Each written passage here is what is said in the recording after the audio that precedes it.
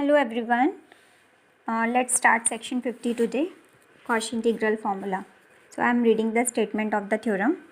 Let f be analytic everywhere inside and on a simple closed contour C taken in the positive sense. If z0 is any point interior to C, then fz0 is equal to 1 by 2 pi I integral fz dz upon z minus z0 along C. This statement means to say that if a function is analytic inside and on the boundary of a simple closed contour C as shown in the figure, f is analytic on the boundary of C and in the interior of C, and C is taken in the positive sense, means anti-clockwise direction, and z0 is any point interior to C, then we can find the value of f at z0, which is given by the formula 1 upon 2 pi I integral fz dz upon z minus z0 along C. We will prove this formula. So first of all, we take z0 as the center and rho as the radius and draw a circle, and we choose rho such that the circle C rho having center at z0 and radius rho lies inside C. Okay. Now we will use principle of deformation of paths, which says that if there are two simple closed contours positively oriented C1 and C2 and the function f is analytic on the boundaries of these curves and in the interior region between C1 and C2, then the integral of f along C1 is same as the integral of f along C2. So we can use this principle over here also, as the function f is analytic on the boundaries of C and 0 and in the region between C and 0. So by that principle we can write this fz upon z minus z0. We can apply principle of deformation of paths for the function fz upon z minus z0, because we are excluding the point z0. We are taking the region between C and C0, C and 0 and the boundaries of C and 0. So that point is excluded, as z minus z0 is only 1 by z minus z0 is not analytic at the point z0. So fz upon, for the function fz upon z minus z0, we can apply the principle of deformation of paths. So integral fz upon z minus z0 along C is equal to integral of fz upon z minus z0 along C rho. Now in the next step we are subtracting a term on both sides, and that term is fz0 integral dz upon z minus z0 along C rho. fz0 is constant, so it can be taken outside the integral sign. We are subtracting this expression from both sides and we are getting equation number 2. But if we calculate by the integration formula, then we get integral dz upon z minus z0 along 0 is equal to 2 pi I. So equation 2 becomes integral fz dz upon z minus z0 along C minus 2 pi I fz0 is equal to integral fz minus fz0 upon z minus z0 0. Both the terms on the right hand side are clubbed. Since f is analytic, therefore it will be continuous at z0. F is analytic at z0, so it will be continuous at z0. So by the definition of continuity corresponding to each positive epsilon, there exists a positive delta such that mod of fz minus fz0 is less than epsilon whenever mod z minus z0 is less than delta. And the trick is, we will choose the radius rho of the circle 0 smaller than the number delta. So mod z minus z0 is equal to rho, which is less than delta. So when z is inside C rho, then we can use continuity definition of f at z0.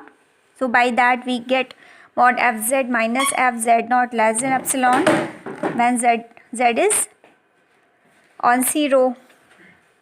So mod of integral fz minus fz naught upon z minus z naught.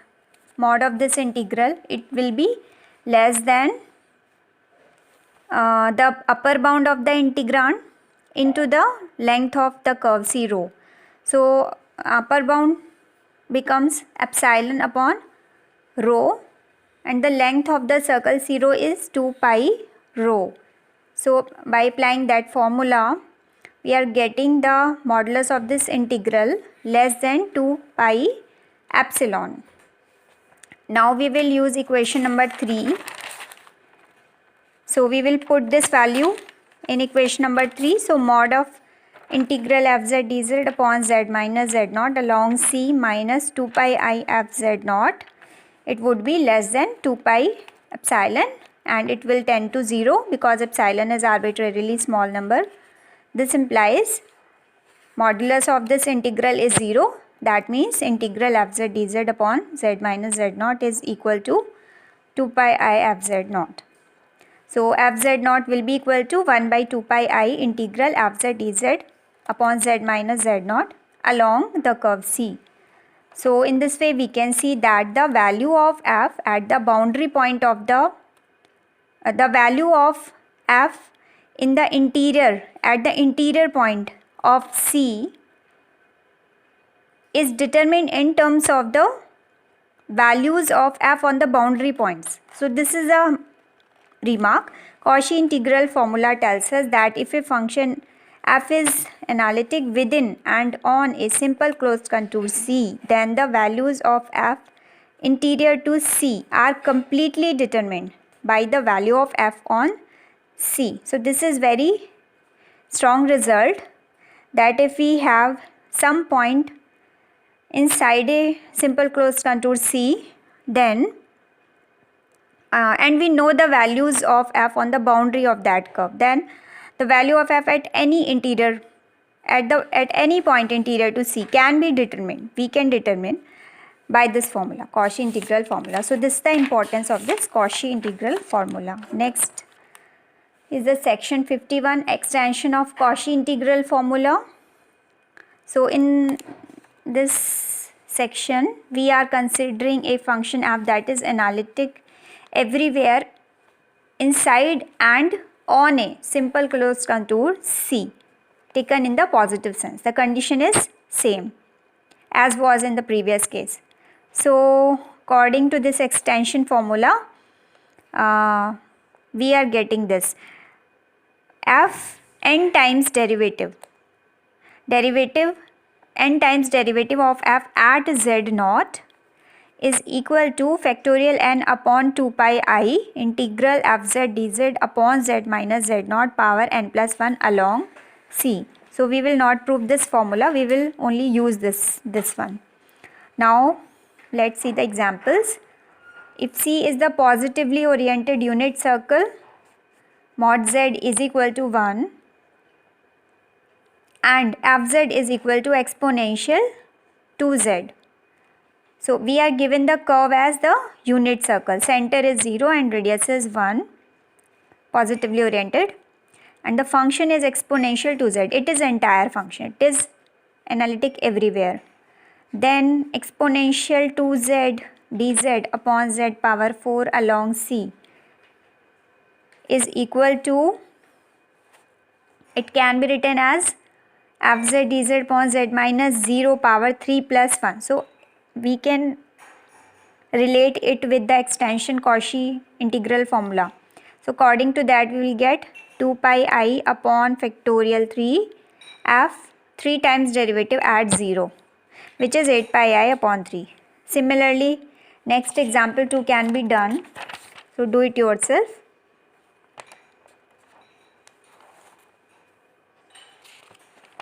That's all.